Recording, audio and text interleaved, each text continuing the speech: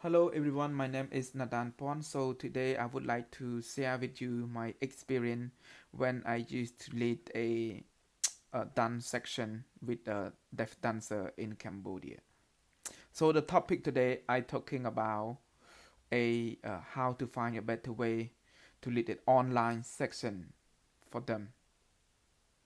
So I have a short overnight and then I pull out 4 points I would like to talk about today.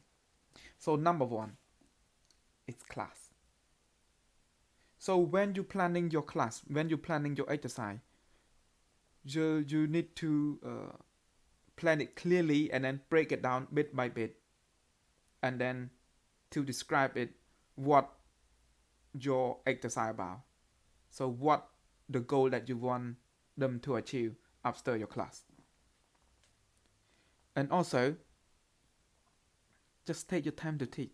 Yeah, don't need to do fast. Just take your time to teach because in online section it is really hard because we cannot go straight away to guide them or to touch them or do like this, do like that. It's only one way that we can do. We just demonstrate for them in front of your camera. And this also we need to include the number two.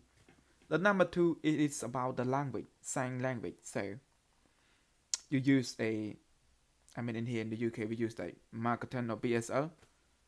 So and also you need to write it down the description, put down below in the comment, and before doing class for them to go have a look what the exercise about, what you want them to achieve.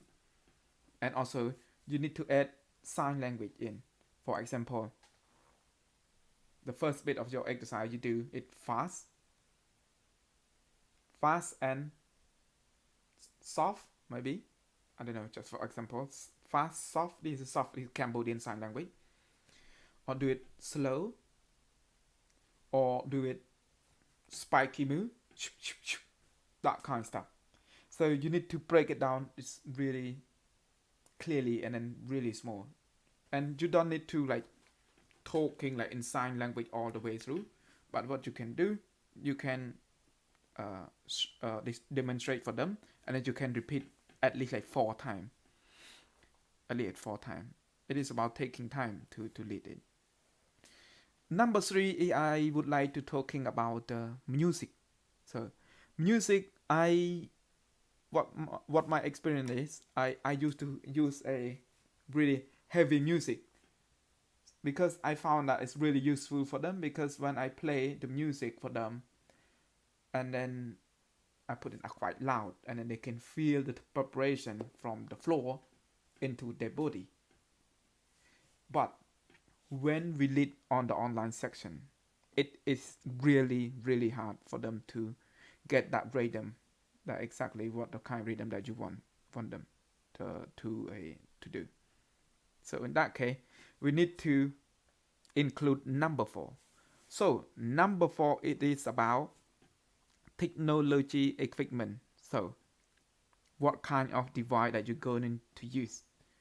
So you need to check your internet. It's really important. Number 4 is really important. If you don't have that number 4, you can't lead the online section. So check your internet, how fast your internet is. Check your device. You're gonna lie on your phone or iPad or desktop or laptop. What device you're gonna use. So because when we do lie on the iPad or phone, the quality of the music going out to Facebook is not quite loud enough. It's not quite clear enough. It is really hard for them to get the rhythm if they have a problem with their hearing. I recommend that if you have laptop, use the laptop to do when you're teaching, and then you use the laptop, and then you need to use another program to support you when you live stream, and also you need to check your platform if you want to rely on Facebook or you want to rely on YouTube. But I believe people rely on Facebook for the moment. And if you use the laptop, I suggest that you would need a OBS software or OBS Streamlab. That for the moment is the people are using a lot, because in OBS or OBS Streamlab, they produce this really nice music on the Facebook, and the music is quite clearly like you play the music in your room. So it's really clear, really clearly. So that's why most people they're using a laptop or desktop, and they're using a OBS or OBS Streamlab. And to produce the quality of the video to the Facebook is really clear. It is really clear for them to learn from you, for them to understand on the movement is quite clearly on when you live on Facebook. So go back again. First, checking your class, number one. Structure your class. Music. What kind of music that you want to use. I recommend a bit more beat music. Number 3 is about language. And number 4 is about technology equipment. So with that 4 stuff that we need to put in one go together, and I hope that's your section is get much more better. So that's it for today. I hope it's useful. So thank you very much for your watching. And yes, please, any feedback, just please, drop the comment down below.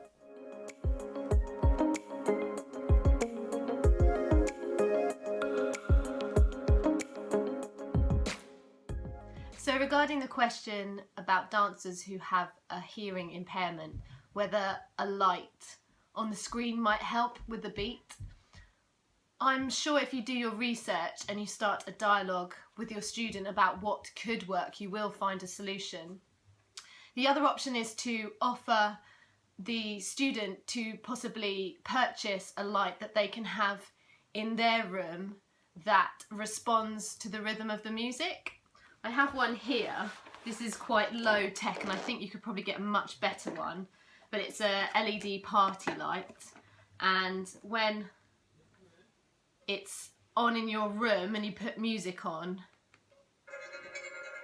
it tends to follow the beat and change on the accent in the music.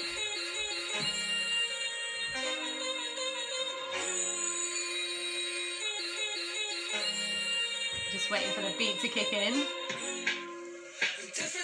You can probably see it's going a bit faster now as the beat kicks in.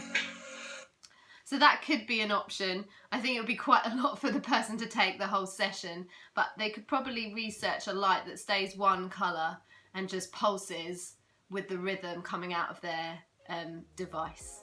I hope that helps.